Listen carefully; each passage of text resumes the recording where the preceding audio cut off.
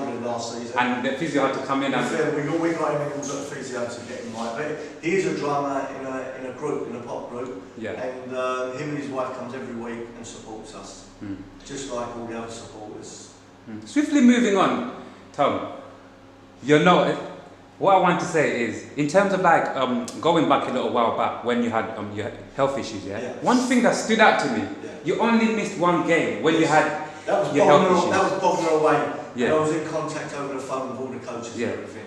When you realised, because the team won 4-0 and the team battered the other team 4-0. That result was for me more than anything. Absolutely. Where was you? And that's what I'll tell you what happened. Yeah. Should we take it back and explain to the people what exactly happened? I can't remember the exact dates, but on a Wednesday I remember brushing the pitch, going inside the boardroom, having something to eat. Then I started feeling a little bit dizzy. So I felt like I was going to collapse. So I thought, let me go and sit on the wall outside, because if I collapse inside, no one's going to see me. So I kind of caught my breath. I pressed the button, shut the doors, got in my car, and I drove. It took me 10 minutes to get home, from the club to home. I phoned up my fiancée and I said, look, you better come home, I don't feel quite well. So I managed to drive home, I don't know how I drove home. I was even going to ask you that. In that condition, how did you even manage to drive? I felt dizzy, I thought I was going to pass out. I should never have got behind the wheel. Yeah. I should never have done it. I should have phoned an ambulance straight away. But you know, you feel like you're going to pass out and you feel a little bit weak. I thought it was food poisoning or something like that. Yeah. So I phoned my girlfriend up and that morning she said to me, look, I could go to Westfields and buy a chair, which is probably an hour's drive, or I could go to Chingford and buy this other chair, which is only 20 minutes away. So I said, go to the Chingford, buy this chair. And I gave her the money to go and buy the chair. So I phoned her up to me and she goes, I'm just leaving Chingford, I've just bought the chair and I'll meet you at home. So I went home. When I got home, I picked the phone up like this. I phoned her up, I said, babes, come home, I don't feel well. Right? I put the phone down, far away. All of a sudden I started feeling, I thought I was going to die. That's how I felt like I was going to die. So I had to keep, I might have even sung Harry No Burrow song, who knows, but I was chanting something. I was singing I was saying, I'm not going to die, I'm not going to die. I was just screaming out loud. Next thing, I knew I was going to pass out, and I looked at my phone, and I couldn't reach my phone, and it was there. And next thing I know, my girlfriend walks in, she goes, oh my God, I'm going to phone an ambulance. Within 10 minutes, the first paramedic was there.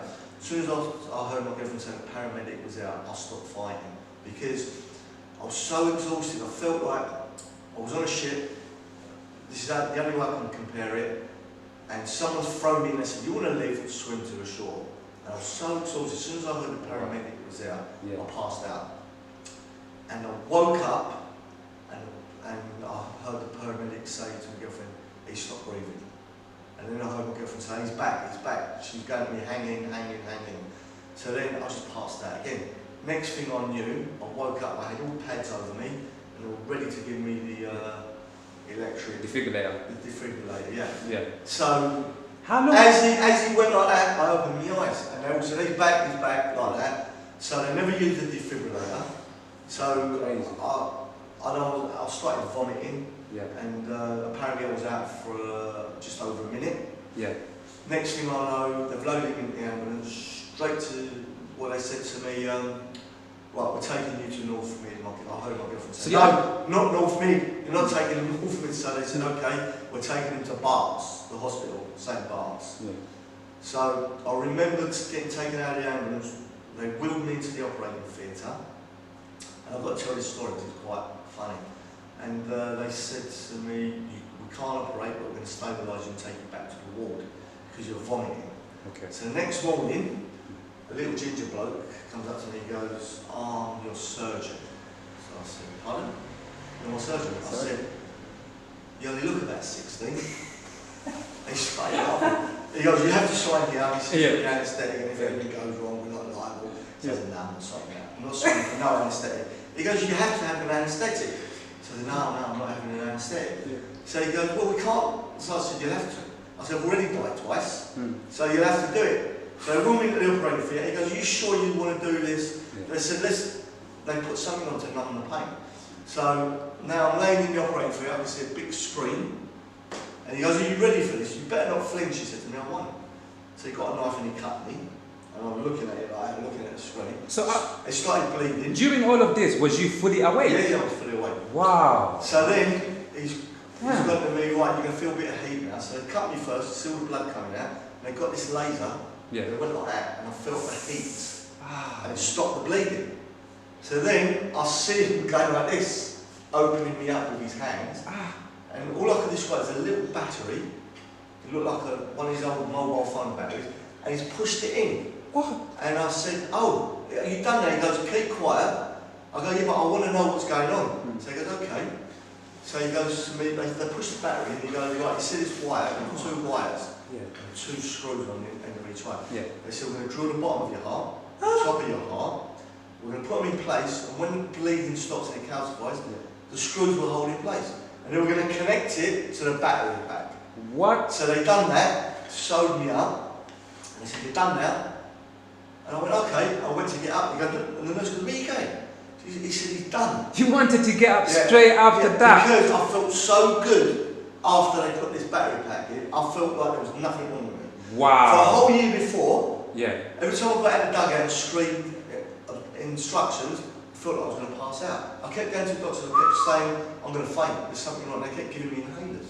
Inhalers? Yeah. Did you suffer from asthma? Yeah, they said you've got to keep taking these inhalers. So for a whole year now, he was using one of them they inhalers. thought it was an inhaler. Yeah. So then now, they put me on the trolley and pushing me back to the ward. So I'm sitting up and I'm talking to everyone down the corridor. As soon as they pushed me in the ward, my girlfriend, my sister was there. Yeah. And they said, "Oh my God, you're up." So I said, "Yeah, I'm up." Yeah. So I said, "I feel great, we could go home." So they said, "Not yet," like that. So put me in the bed, then a guy comes with a suitcase. Yeah. And they go, "Who's the patient who gave the surgeon all the trouble?" So I said, "That'd be me." So I said, "Who are you?" He goes to me, "I'm the electrician." So I said, "Yeah?" In a suitcase. So he opens the suitcase, he goes, "Tell me how you feel, press a few buttons." I feel like I did before the operation. So what he done, he turned the pacemaker down.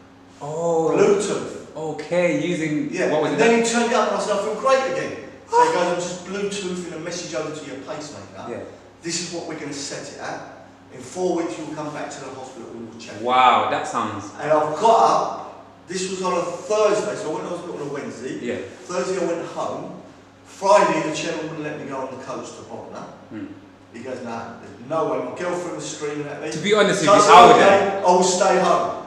But by the Tuesday or the Saturday after, I was back in the dugout. Wow. And I've been working every day ever since. Ever since? And I keep saying to people, this game will keep me alive, because it was the adrenaline what was keeping me alive. Yeah. I said, this game will keep me alive, one day will kill me. I know that. I can tell how much you love the game. Yeah. Even the more you talk, I can actually feel your energies. Yeah. I just love being about the club, around my players, around my coaches, and the people. I've made so many friends here. Yeah. And I give so much to this community here, me and the chairman, but they give so much back to me as well. And I can't stay at home. If I'm going to die, I might as well not worry about it, die in the dugout. I don't care. You know what I mean? That's really beautiful to hear. Because I don't even want to keep on talking about this pandemic thing, because we hear it everywhere we go and stuff like that. But I'm going to just touch on it just a little bit, Has it affected the club's... of course, we had to shut the boot sale down for 2 months. Oh yeah, social distancing and all of that. And that affected because a lot of people at this boot sale rely on buying their clothes here. Absolutely. Their electrical gear, fruit, vegetables, butcher, greengrocer. And without that, they had to go to Tesco's, wherever they had to go and buy their food. And it costs a lot of money to buy it there than it is here. Here they could go away with 10 shopping bags for about £10, £15. When you go to these big shopping, Safeways. It's like the price goes up. Yeah, okay, it's different quality stuff, but people rely on this. They rely on their clothes, shoes, even mobile phones, reconditioned mobile phones. They rely on this boot sale so much, and even the people who sell their second-hand stuff, they rely on the money. You know what I mean? And it was a bit of a worry. It was a bit of a worry for the community, but we're up and running now. we try and keep it as safe as possible, and it's the same with the football. Yeah. You know, the only thing we can't have now is social functions here. But we've got everything in place. We even had 2 millionaires, or 2 businessmen, give us free PPE to give to the supporters. So they came in with their own PPE packs, masks, gloves, alcoholic gloves, and you know, if we thought we were putting our supporters or our players in danger, then we wouldn't be having games here. Yeah. Tom, if I was a young player, watching you, and I'm like, oh my God, I would love to play for him. The club sounds amazing. What is the recruiting process like? Okay, so we've got academies here. Yeah. Who work under the Harry Borough umbrella, a global academy. They hire the pitch off us because we need the hire. So they have under 2s, under 3s, all the way up to under 16s. Oh, great. So when they leave college, they say they either go straight to a job or straight to uni. Yeah. If they want to do a college course, it's a BTEC course, Southgate and Barnet College, in partnership with Harry Borough and Tottenham Foundation. Yeah. They will go to college, same with the girls, and then they will come and play football here every day or train. Okay. Tottenham put on coaches, the college put on coaches, and they come and train and take a BTEC course at Southgate and Barnet College.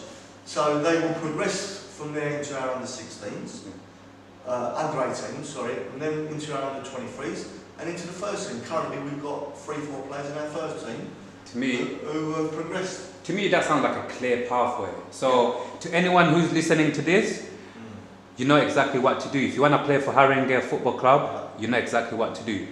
Tom, I don't want to take up too much of your time, so I'm only going to ask you a few more questions and we'll move on. So, you know what? Any expectations for this season? Yeah. I know there's a lot going on, but any expectations? We've already reached our first expectation.